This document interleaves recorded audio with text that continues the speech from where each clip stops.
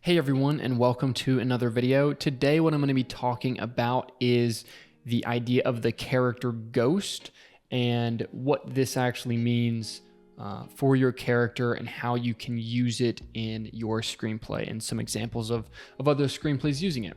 So when we're talking about a character ghost, what we mean is this ghost is usually an event, right? So something that has happened to them that changed their beliefs, right?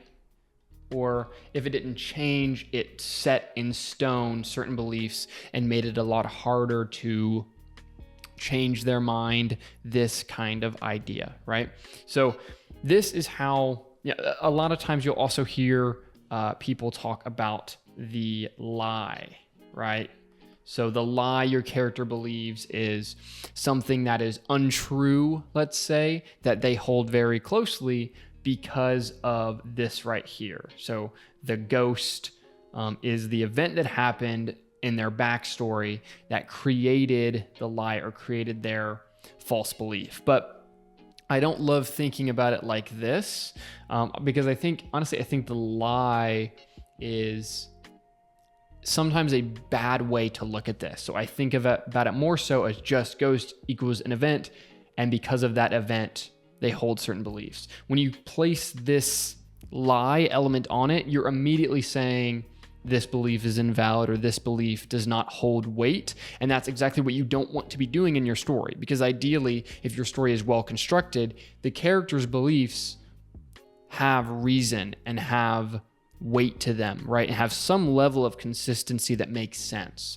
And so to write it off and call it a lie makes it harder for you to make that belief valid, right? So you can still call it a lie. There's not really an issue there. But the idea is that an event happens that creates or changes your character's beliefs. And this is all happening before the actual story. And we may hear about this as the story goes forward. Usually we do. But this is what the ghost is. The ghost is an event that either changes or solidifies the beliefs of your character, and because of that, pushes them even harder towards what they want in the current story. So here's some examples of this. So in Snowpiercer, Curtis talks about a time where things got so bad in the beginning of the train, things got so bad for the back that they started eating each other, right?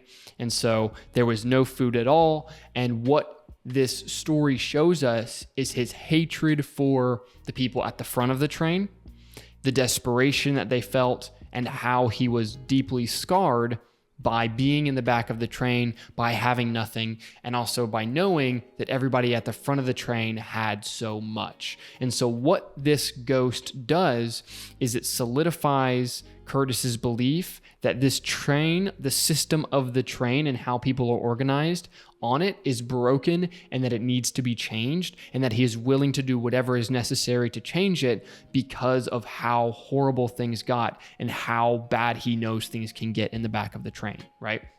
So it solidifies, this is an event that solidifies his philosophical beliefs, right? Not only solidifies his philosophical beliefs, but gives stronger desire towards his external want. He wants to get to the front of the train and kill Wilford. That is the goal. And that's the external goal reinforced by this ghost, as well as reinforcing his philosophical beliefs. Another good example is in Toy Story. The toys in Toy Story believe that when toys are unloved, they get thrown away, they go to the garbage, this sort of thing. And so they know that this is the case because they've seen it happen to other toys before. Now, because of that, they hold a belief that they must be loved or they will be tossed away, right? This is, the flow of this. Now, your story does not necessarily need, or your main character does not necessarily need a ghost, right? It's not necessary for them to need to have it for the story to actually move forward, but it can be helpful to give more reinforcement to what they want. Now, also what I would say is a bad ghost, a weak ghost, right? This is usually more harmful to your story than helpful. Now, what do I mean by a weak ghost? What I mean by a weak ghost is it is an event or it is something that happened to your character that doesn't actually strengthen their viewpoint, or it's so obviously like the conclusion that they took from that particular event is so obviously wrong that it then makes their beliefs seem weak or invalid. Whereas your ghost should do nothing except reinforce the beliefs of your character, of the character that holds their beliefs, right? And that is how you're building this core, like, fully formed human being that is your character, that holds beliefs that are valid, that then are challenged by other fully formed characters that have their own beliefs, right? This is how you're actually creating a compelling story. And so when you write a weak ghost, when you write some sort of backstory element that's like, you know, they took the wrong conclusion, or it's easy to kind of hand wave things away, then you're hurting your entire story, and that's not what we want to be doing. Another example is in Seven, where Detective Somerset, has a very apathetic view, a very pessimistic view towards change and towards, you know, whether or not things can actually get better in the city that he's been working in. And so near I think it's the second half of the film, he has a conversation with someone else in the film, and essentially he lays out his character's ghost, and he talks about having a child, and he talks about how things went wrong and how it heavily scarred his view of the world, right? And it's a fantastic ghost.